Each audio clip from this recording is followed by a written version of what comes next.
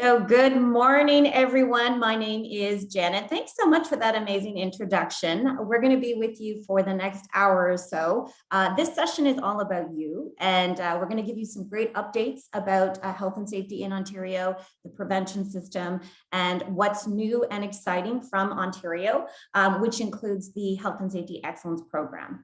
So let's get started. And again, I know there's some chat going on. This presentation is being recorded. You have our direct email addresses there. So at any point after this webinar, if you have questions, please feel free to reach out to either Karen or myself. We're happy to have those discussions to really get you up to speed.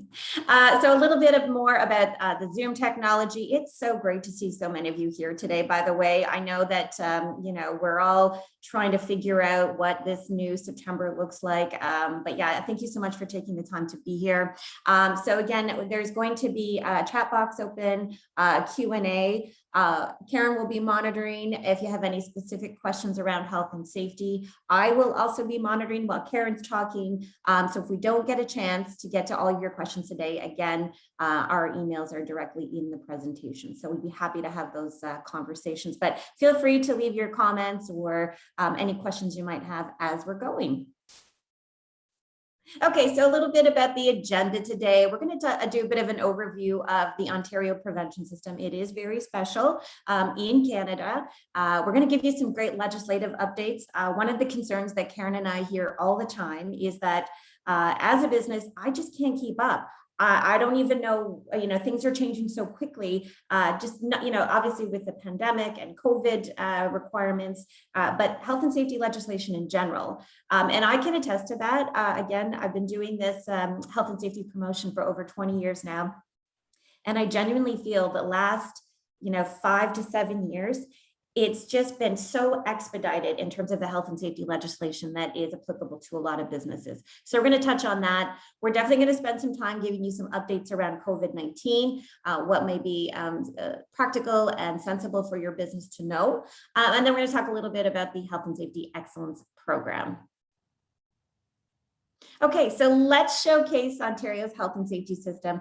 As I had mentioned, it is truly unique in the province of Ontario, in the rest of Canada.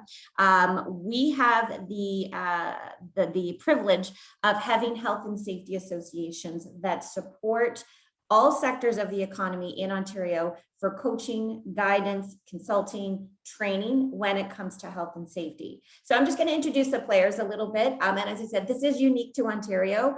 British Columbia, Alberta do have similar models, but not quite to the level of detail that Ontario does.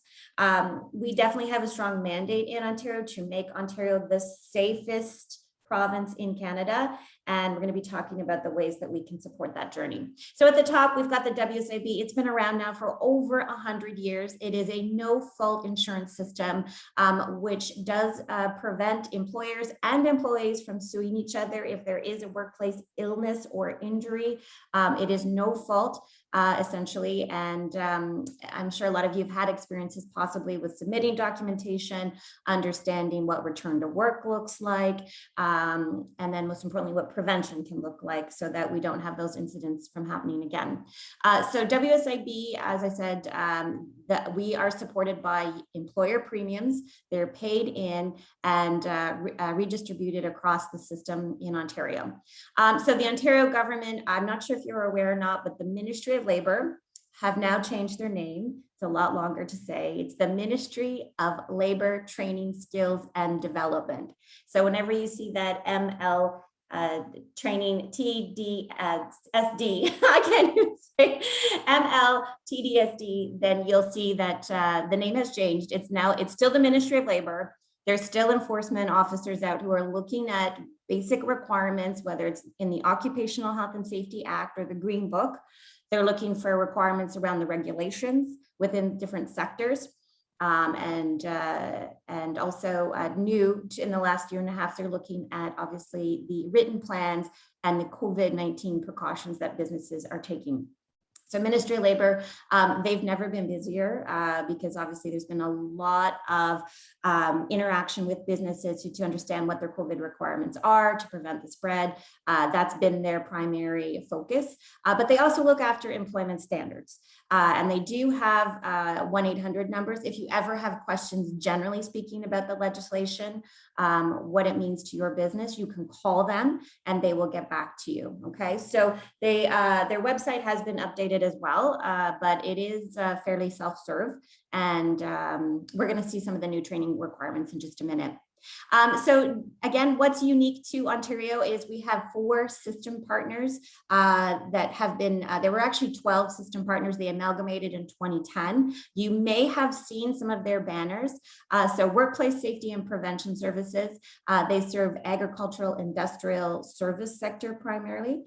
So if you're in one of those categories, WSPS is the Health and Safety Association that has a number of free resources, downloads, coaching, guidance, ask a consultant, all those kinds of services to really support your sector specific questions and the regulations that do apply.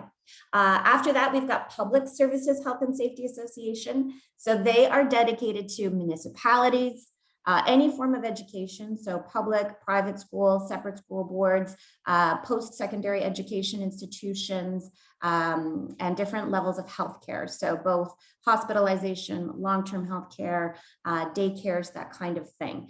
So that's the education arm that supports that sector.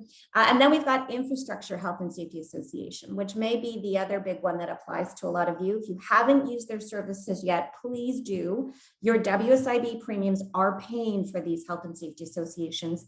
So I'm always encouraging employers, get that value back, right? Because they're here as coaches and advisors to really help you through all those health and safety challenges that are coming. So Infrastructure Health and Safety Association, they look after construction, electrical, and anyone who is in the transportation sector.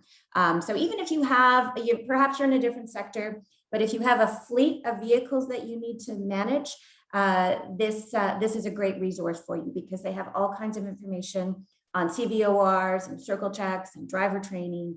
And anyone who's getting behind a steering wheel, really great information from this organization. The last one in terms of the health and safety associations is Workplace Safety North. So their primary focus is in forestry, mining, there we go, and pulp and paper. So corrugated cardboard as well, though, if you're representing any kind of packaging industry, they really do have a ton of information on those types of hazards as well. Then we've got the Workers' Health and Safety Center. So again, a very strong force with worker education and training, as well as the Occupational Health Clinics for Ontario. So they look after a number of health services, monitoring, screening, those types of conversations. So there is actually 2 other partners in the system. There's the Office of the Employer Advisor and the Office of the Worker Advisor as well. So again, if you're looking for a resource around health and safety, employment standards, the workplace health, right, or COVID as another extension of that, there is a full suite of services and people that are happy to support those conversations internally for you. Okay, I'm going to pass it to my partner, Karen, and now she's going to walk you through some of the big legislative updates that have been happening over the last couple of years. Thanks so much, Janet. Hi, everyone. My name is Karen again, and I'm very, very happy to, go through the next couple slides just to update the group on some basic legislative changes and updates.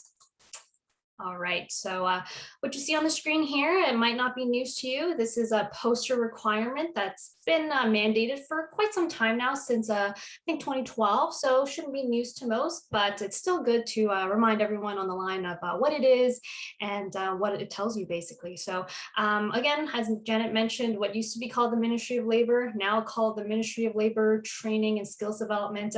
This is their health and safety at work poster. So I believe the most recent version of this poster was from February of 2020. So just make sure that you have the most updated poster and it's posted in the workplace in a conspicuous area. So the poster, it basically outlines the rights and responsibilities of workers, supervisors, and employers under the Occupational Health and Safety Act. And so when I say the act, I'm basically referring to the Occupational Health and Safety Act. The poster also will include the ministry's number to report any critical injuries, fatalities, or work refusals. And you can definitely order these hard copies of these posters from Service Ontario Publications for free, or you can just feel free to log on to the ministry's website and basically download and print them on your own and post it in the workplace. And so I believe there's also the poster has been translated to I think 20 languages too. So you're required to post the English version of the poster at the workplace, and if there's another majority language in the workplace, you should post that as well. So again, you can find lots of this resources all on the ministry's website. And all right, so as for health and safety awareness training, as an employer, you must ensure that the workers, your workers complete basic health and safety awareness training as soon as practicable. And for supervisors, you have to ensure that the supervisors in the workplace also complete a basic health and safety awareness training program that's specifically designed for supervisors within 1 week of their working. This is supervisors again. So as employers, you also must maintain a record of training for all of your workers. And these worker and supervisor health and safety training can be completed free online from the Ministry of Labor, Skills and Training Development website.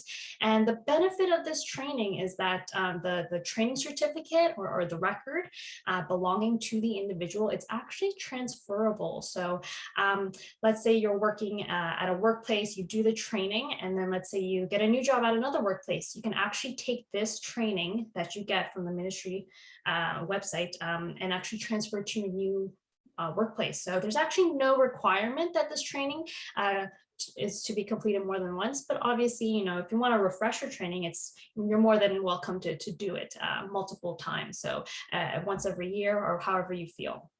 And workers can use this free training program as one way to meet the minimum requirements of training required by the Act. And the training, it will include basic health and safety awareness components, such as duties of the and rights of the workers under the Act, duties of the employers and supervisors under the Act. You'll also learn the roles of health and safety reps and joint health and safety committees under the Act, and also learn about common workplace hazards. Again, feel free to visit the ministry's website. It has a lot more resources. You can download the digital booklets of the training, and you can obviously access the e-learning there as well. Okay, so working at heights. Working at heights in an unsafe manner is one of the leading causes of fatalities in Ontario workplaces, especially for employees in the construction industry, which is why there are definitely, required basic training for working at heights. And this will include anyone who has potentially the risk of being exposed to a fall on a construction site, even if it's someone who's working occasionally on the site as well. So training requirements for workers on construction projects who use any of the following, such as fall protection or travel restraint systems, fall restricting systems, fall arrest systems, safety belts, etc. Those are the folks who will be requiring some sort of working at heights training. And you can obviously refer to the construction regulation as well to learn more about this. And training also must be given by a ministry approved training provider, and a list of these approved training providers can be found again on the ministry's website. And the training must be taken before the worker can even use the fall protection. And again, employers must ensure that training records are available for all your workers. And there's also a refresher training that's required every 3 years. And one new update is that due to COVID-19, the ministry did give a grace period for working at heights training. So they're basically giving the construction industry another extra year to renew their working at heights training. So I believe that 2021 is the end of this grace period, so that you should be renewing your training as soon as possible. And again, feel free to check out the ministry's website for more information if you have any questions about that.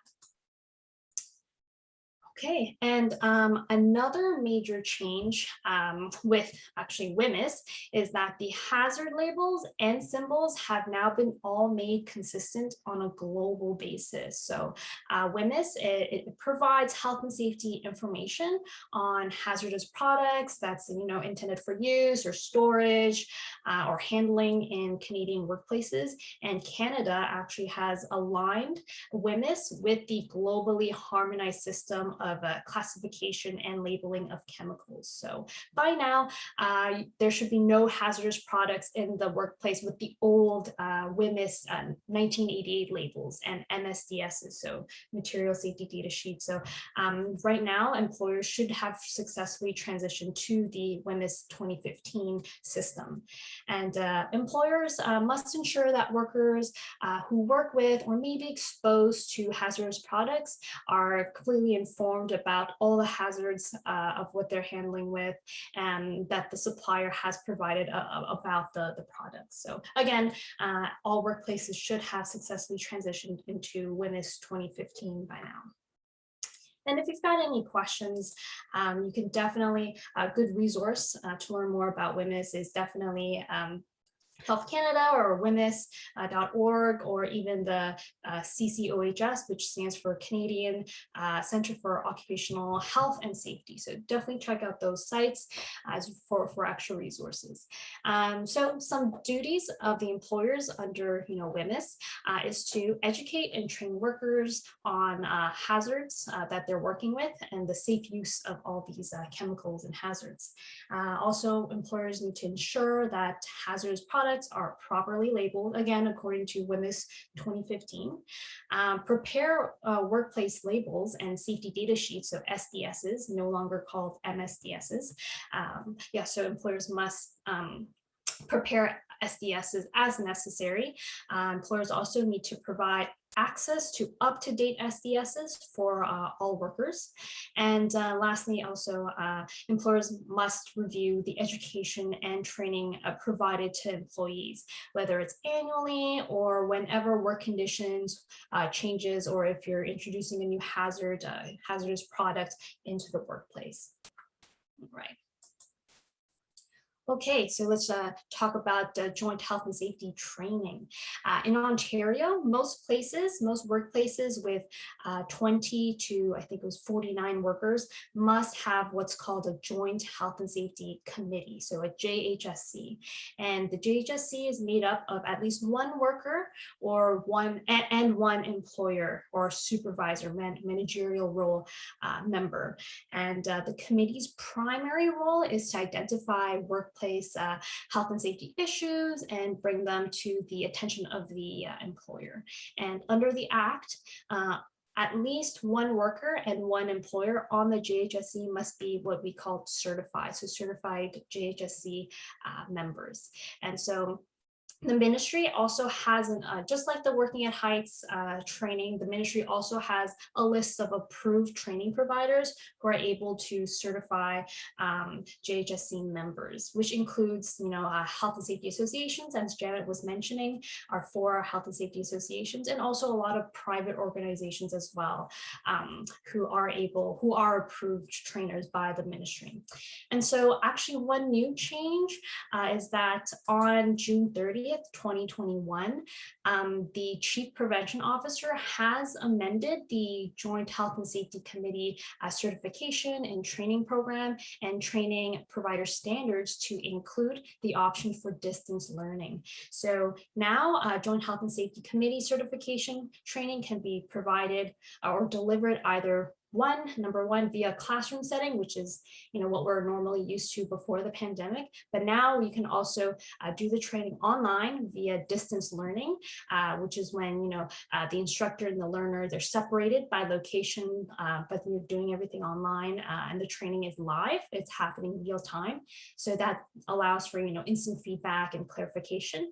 Or number two, Another distance kind of learning is you could learn via e-learning, but this is only available for part 1 of JHSC training. So e-learning, basically the training is not led by an instructor. It's basically kind of a recorded webinar, I guess, and the learner sets their own pace, right? So that's something that's new since June 30th, 2021. Now there's new ways of learning and being able to do the certification online. So again, for more resources about Joint Health and Safety Committee training, feel free to check out the ministry's website and learn more about that. Okay, so for those employers on the line here with 6 to 19 workers, health and safety rep is required in the workplace. So instead of a joint health and safety committee, workplaces with 6 to 19 workers, you need a health and safety rep in the workplace. And the rep is someone who's selected by the workers who do not exercise any managerial functions, or the rep could be selected by a union if the workplace is unionized. And you don't have to hire a health and safety rep. It's basically just a worker at the workplace with the additional title of health and safety rep, who's responsible and has some powers, including identifying actual and potential workplace hazards, inspecting the workplace regularly, being consulted upon, and also being present at the beginning of health and safety related testing in the workplaces, etc. So currently, there's no specific requirements for health and safety reps training under the Act, but there is definitely a new voluntary one-day training for health and safety reps to take, and it's offered by the ministry in collaboration with other health and safety associations and the partners. Right now, though, there's an incredible incentive for small businesses, again, with 6 to 19 workers, where you can actually take this health and safety reps training. Again, it's voluntary, but once you take the training, you can actually receive $150 reimbursement for your time for taking the training for this voluntary one-day training. Again, it's a full day's worth of training and is voluntary, but there is a new incentive for folks, for small businesses who do want to take this training and receive $150 reimbursement. And again, for more information, feel free to check out the ministry's website or just Google it, and something will definitely pop up that you can for sure read more about and learn more about this new incentive. Okay, all right, and so I'll just pass it back to Janet here just to chat about the current challenges. So back to you, Janet. Thanks so much, Karen. So we had a couple of questions come in, and I just wanted to clarify in terms of training requirements around worker reps and committees. If you have between 1 to 5 employees regularly employed, and I'll define that in just a minute, there is no minimum requirement for training of that worker rep. But as Karen just said, if you have 6 to 19 employees in your workplace, there is that one-day training that does offer the $150 rebate. It's an 8-hour optional training course. It's done online, and that's for employers that have between 6 to 19. That's generally where most employers are in the province. And that's the one kind of missing link that Karen and I often uncover when we're talking with employers. They didn't know they needed to have a worker rep who's like a safety ambassador. They do workplace inspections. They're there to make recommendations. And the training that Karen had said really helps understand their legal duties. So that's for employers with 6 to 19 regularly employed. If you have over 20 employees regularly employed, that's where the Joint Health and Safety Committee training is expected, where you have a management and worker rep who get together quarterly to talk about those health and safety hazards. Again, the nuances of that's covered in the training. The number one question that Karen and I get all the time is, what does regularly employed mean? And it's not actually defined anywhere, but through many, many conversations with different Ministry of Labor inspectors, it's generally if you have staff for more than 3 months. So part-time, seasonal, casual, that kind of thing, that's all irrespective, but it's a little more about the 3-month mark.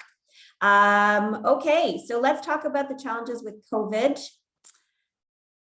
There are a number of tools that can help you. And the one thing that we really wanted to espouse today is that if you have never gotten yourself onto Compass on the WSIB website, please do that now. It's wsib.ca. In the top right-hand corner of our website, there is a login or online services. This is the most convenient, accessible way to understand what's going on with your WSIB account with a dashboard view. So it gives you a summary. When you log on, you create your account profile using your WSIB account number. It gives you a beautiful display of what your costliest claims are, what types of injuries you've been having, as far back as 5 or 6 years. It gives you what you've paid in premiums so far, what you've paid in premiums in previous years, what your rate is. So it really does showcase what's happening with your account from a WSIB perspective. So that is, there is confidential information on there. If you have had claims, it does have worker injury names associated with that. So that's not an account number you want to give to just anyone in your business. Obviously, this is for you if you're a stakeholder in your organization with respect to WSIB or health and safety. So that has been evolving at the WSIB in the last few years, and it's called Compass. And you can register online using wsib.ca online services and create your account profile. Okay, so with respect to COVID, lots of changes happening. We know this is an ongoing story and journey for all of us. But in terms of the COVID story, if you do have a workplace illness that develops as a result of COVID, and a person misses time at work, or there's time that's missed, when you submit that WSIB claim, it's determined on a case-by-case basis, okay? So there's no kind of one blanket statement that we can provide you today, but what we can say is the cost of any of those approved claims is going to be amortized across the entire schedule. So this is not going to be individually assigned to you as the employer. Because of the nature of a global pandemic, it will be amortized across the entire schedule. So again, that was really to take there was so much burden on businesses in Ontario to figure out how to subscribe to the provincial requirements, how to train employees, their customers. This was one way to kind of just harmonize the burden of this pandemic. So again, with Compass, this is the place where you can find all your forms to download. You can also upload them there as well. So again, really one of the big things we want to showcase today, make your life as straightforward as possible, get registered for Compass, because it is the one-stop shop to find all the forms, the documentation to submit, to understand what's happening with claims decisions, to submit and understand the COVID journey with respect to claims, and certainly, again, to be as consolidated as possible. Okay, so when we talk about developing safety plans in your workplace, I am sure you have all moved heaven and earth to figure out how we stay open in the backdrop of this changing pandemic. So I want to thank you first and foremost for that, for being so tenacious, for sticking with it, for figuring out to understand how to engage with your customers and your staff. The Ontario government did release a resource document that's there on the blue link. When you click onto it, when you get this presentation, you will see this is completely self-directed and it's completely free of charge. But the Ministry of Labor, as I said, the inspectors are going out making sure that not only do you have all those behaviors in place that we've seen as Ontario residents, but also that you've got it documented and it's been communicated in a way that affects new staff, guests, visitors, subtrades, all those kind of layers, volunteers perhaps in your organization. So that written plan is a legal requirement. You can do it on your own for free.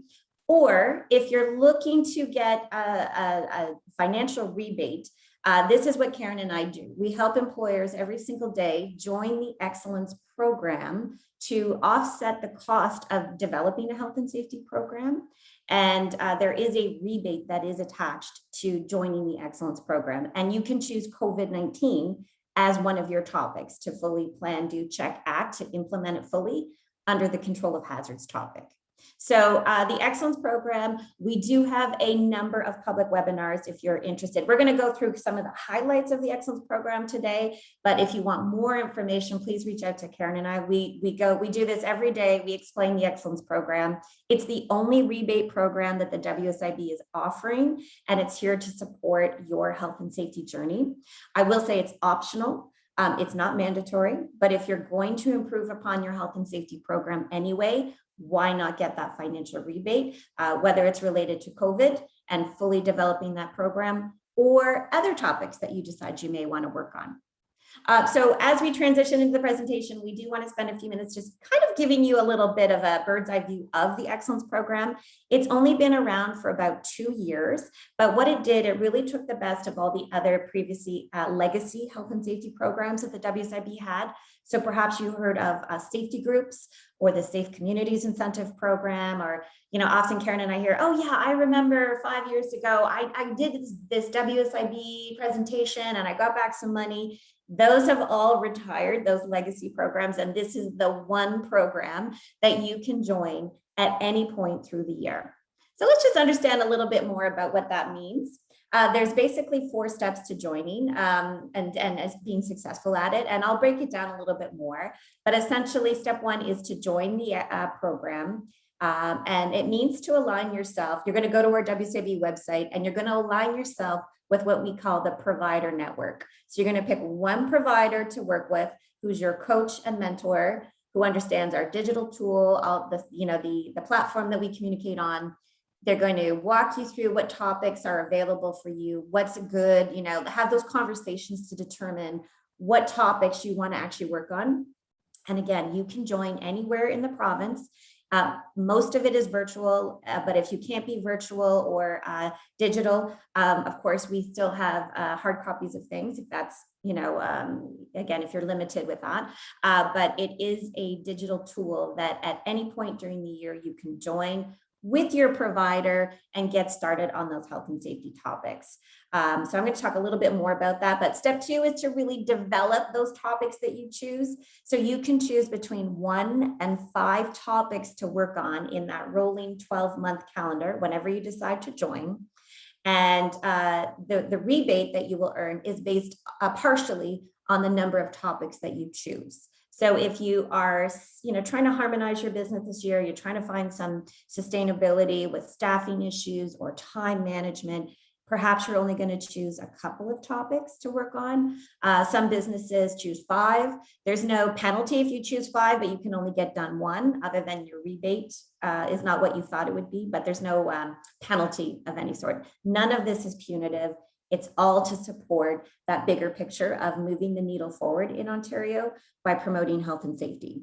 I know Karen and I, we beam about this program because it was really designed to meet employers wherever you are in your health and safety journey. So if you've never heard of the Occupational Health and Safety Act, you always had great intentions, but had no idea how to start. This is what the Excellence Program is the width of it. So you can join even if you've never heard of health and safety, but you've got hazards you want to control. It's meant to support employers that have return to work programs and you're a little more mature, you've done training, you've got coaching, you've done committee training, all of that. If you're a little more mature, that's okay too. There's lots of topics you can still choose from to earn that rebate. And even the big spectrum of the Excellence Program, if you're core certified or you're an ISO registered company, there are still topics that you can work on when you're developing those topics. So it has a huge bandwidth of topics you can choose from. And that was really to capture all businesses in Ontario to support that continuous improvement, right? You're always kind of working on new hazards, new topics to push that programming forward. So that's step 2, is to develop and implement those topics that you choose. Step 3 is then, this is where the WSIB jumps back in. And this is where we take a look at the work you've done by way of validation. It's not an audit. It's really just a peer review to say, okay, this is great. Keep going. And here's your achievement piece. And I'll get to that in just a second.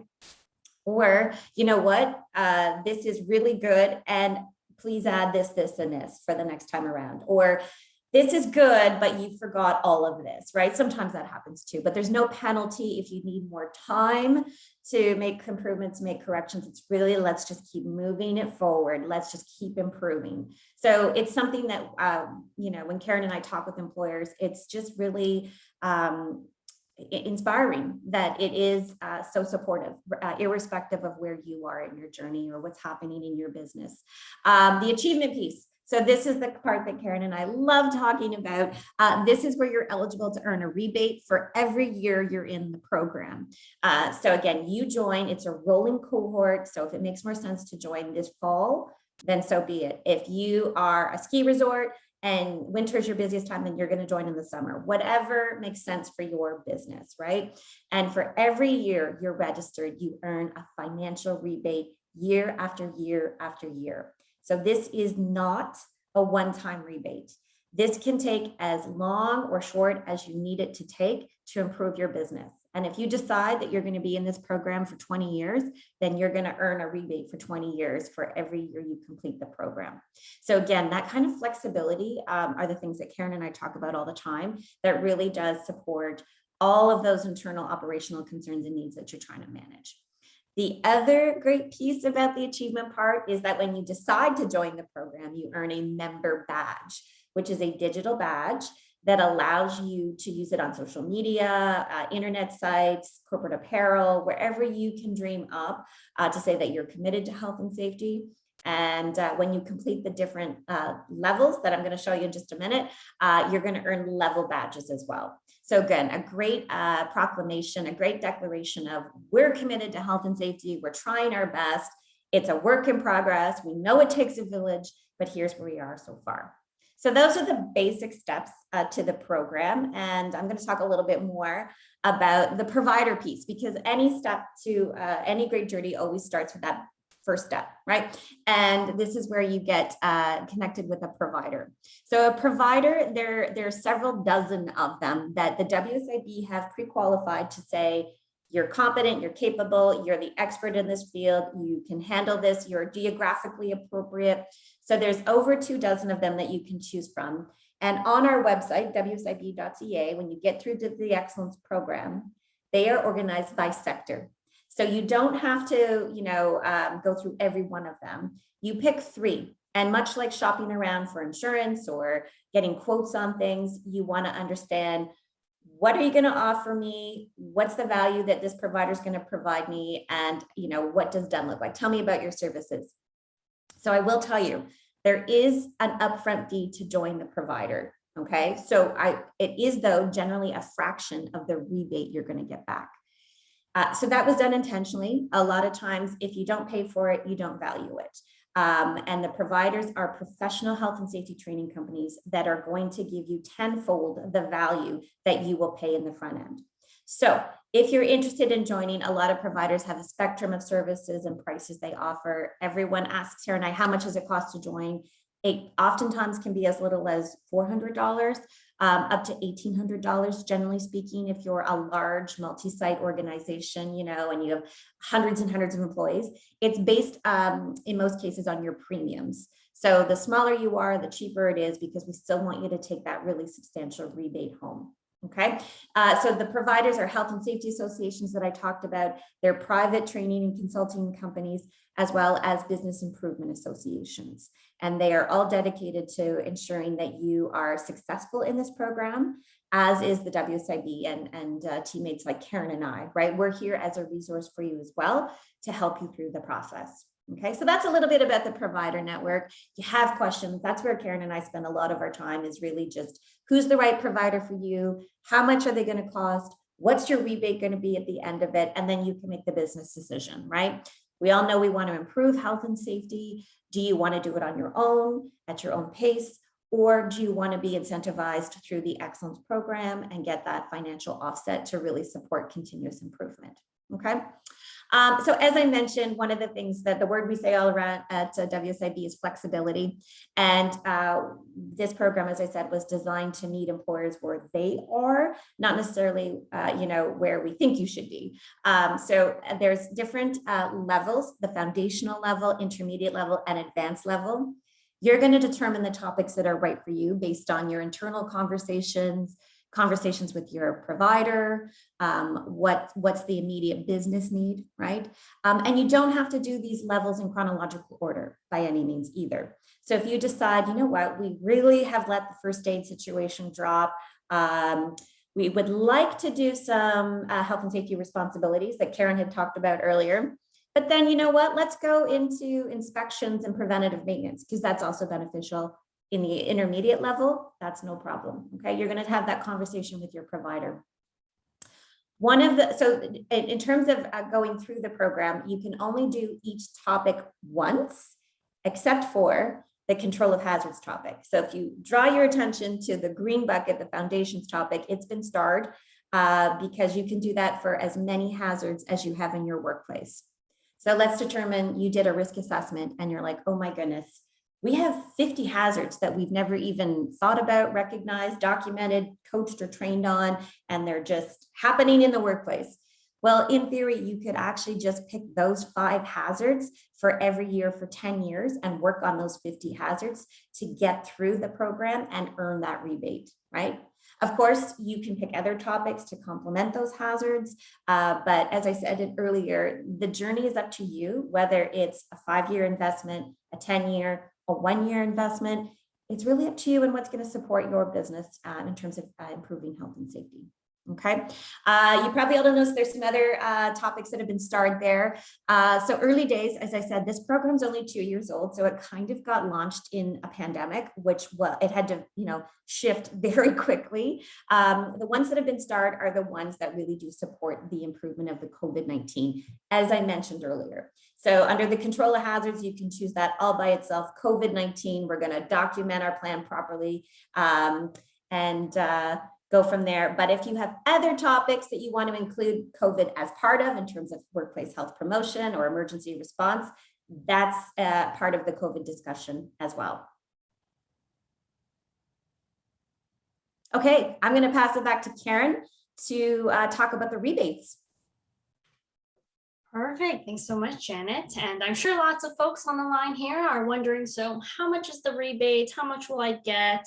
How do I find out about it before I even join the program? So that's absolutely what we'll discuss now. You should know all the information of this before you even want to join, right? So here we do have, I will talk about, calculating your rebate. It is based on a calculation that you'll need to access the Compass tool, as Janet had introduced to you a little bit earlier, just to understand what your prior premiums were and what your predictability scores is. There's lots of things required for this calculation, but we're not going to go through it today. We're not going to go through the details of it today, at least.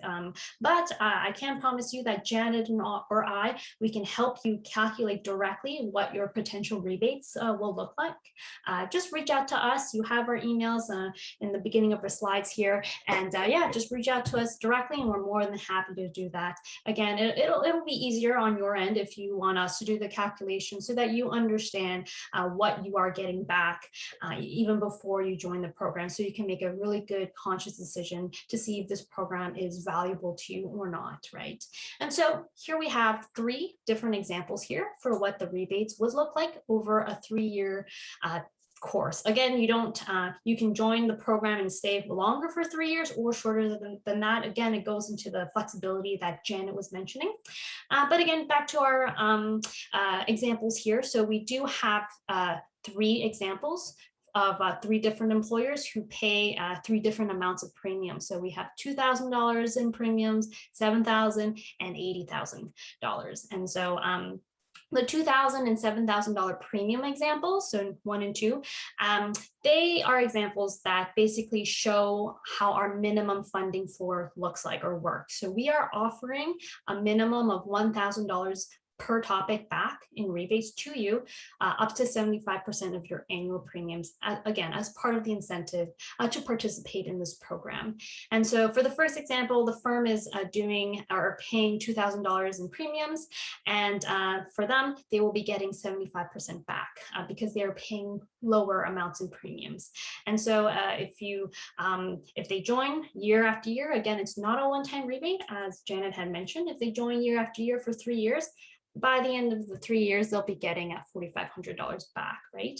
And then so in our last example is for larger, or if you're paying larger amounts in premiums, you will be getting a minimum of, you will be getting up to 10% back in rebates. So that is the example you see on the 5 topics column there. So if you stay in the program for 3 years, every single year you will get $8,000 back. So at the end of the 3 years, again, you don't have to stay for 3 years. You can stay for longer, or you could stay for shorter, however you like.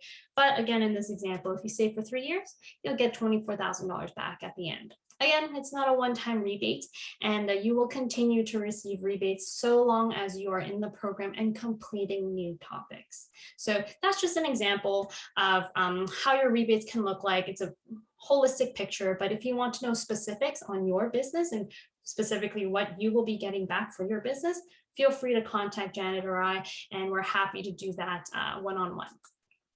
Okay, lastly, this is something I really like talking about, and it's something that our members really seem to enjoy as well. So as recognition for joining the program and becoming a member of the program, members will be able to download what we call the digital badge.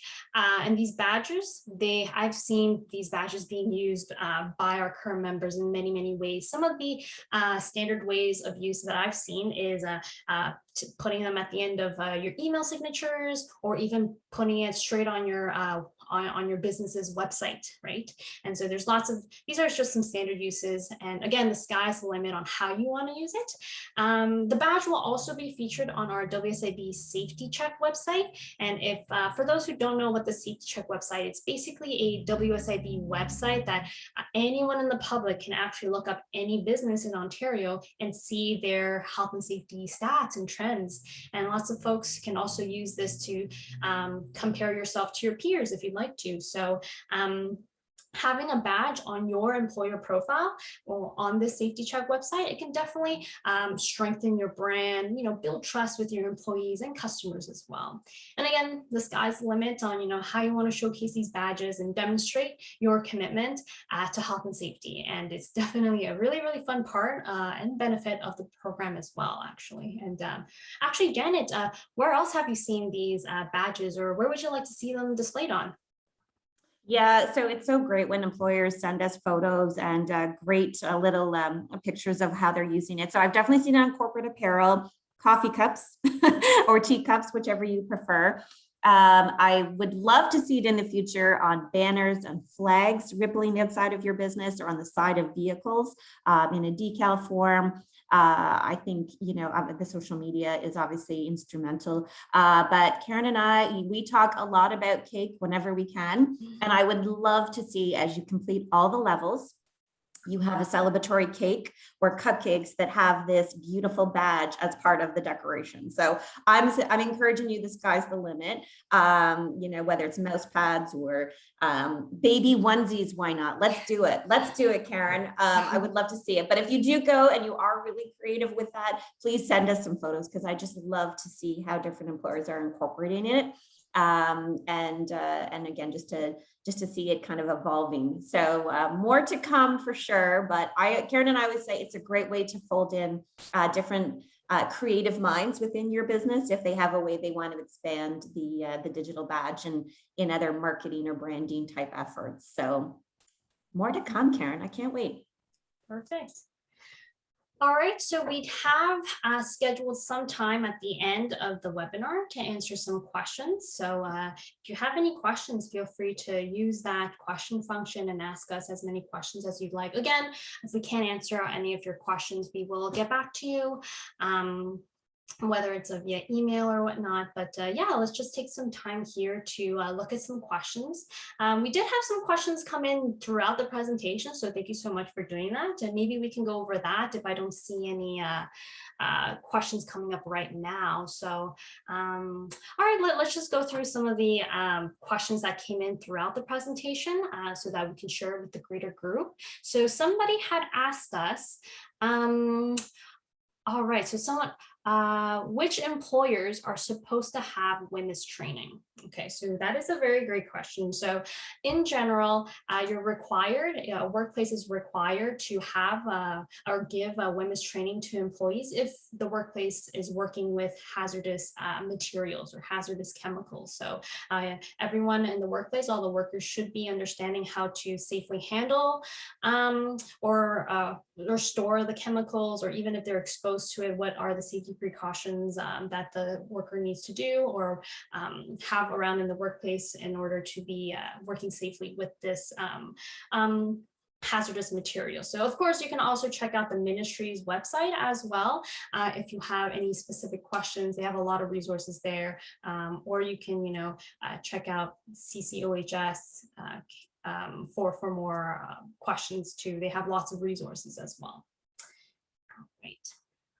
Let's see if there's any other. Oh, we did have a question about IHSA and core certification. So IHSA, they are a approved provider for the WSIB's Excellence Program.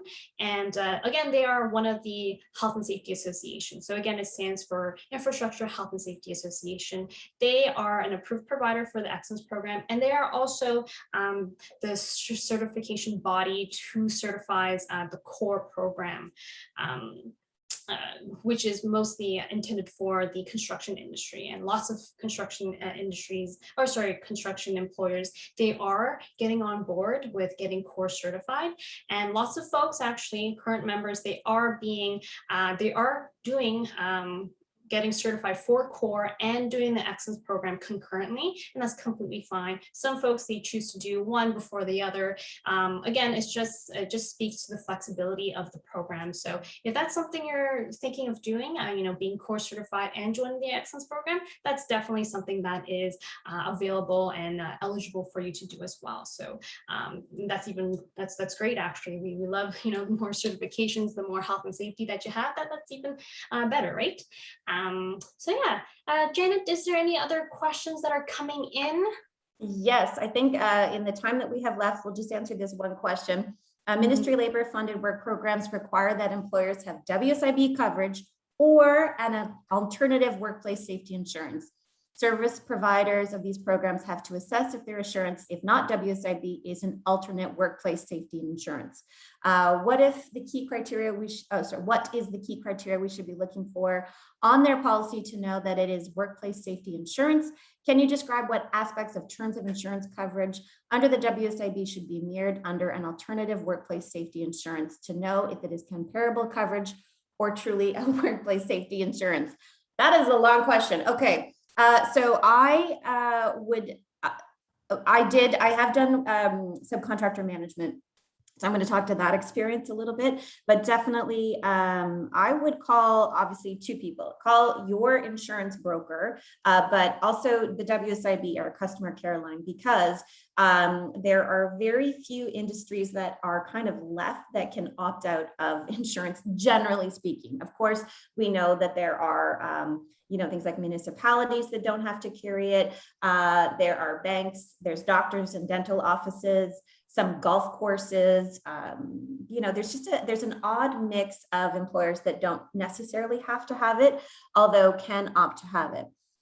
So general liability insurance is one. It's been so long since I've been into it, in terms of how much you should have, but oftentimes whoever you're working for will ask you to be named additionally insured, which means that if I decide to hire you, you're going to put Janet Bewers on your insurance policy. And that's what's additionally insured. And there's generally a fee just to add in my name. But what that does mean is that if the policy is canceled for any reason, the insurance company is legally obligated to escalate that to my attention as the employer or the constructor or the person who's paying you. So additionally insured is sometimes a surprise from employers. They don't expect it. And then there's the cost breakdown. So the cost of WSIB versus your private insurer, depending on your size, the duration that you're going to be needing it, those kinds of things. So Yeah, again, from our experience, we only deal with people that do have WSIB insurance. They're Schedule 1. That does make you eligible to join the Excellence Program when you are you have an account number. Yeah, there are Schedule 2 employers as well that actually things that they don't have to have insurance, but they do. And that's a little bit different with our rebate because you're not eligible for the financial rebate if you're Schedule 2, but you are eligible to have the badges. So that's kind of the most I could answer for terms of insurance, is that typically you need to put whoever you're working for named as additionally insured. So I would say definitely call the WSIB and just understand the costs, because you might find it's a lot of companies do it because WSIB insurance is cheaper than the private insurance if you're eligible, right? There is, I believe, on the WSIB website a questionnaire that determines if you're even eligible for to opt out. So maybe again, take a look at that, because oftentimes you're not eligible. You have to have the WSIB insurance, but again, case by case basis.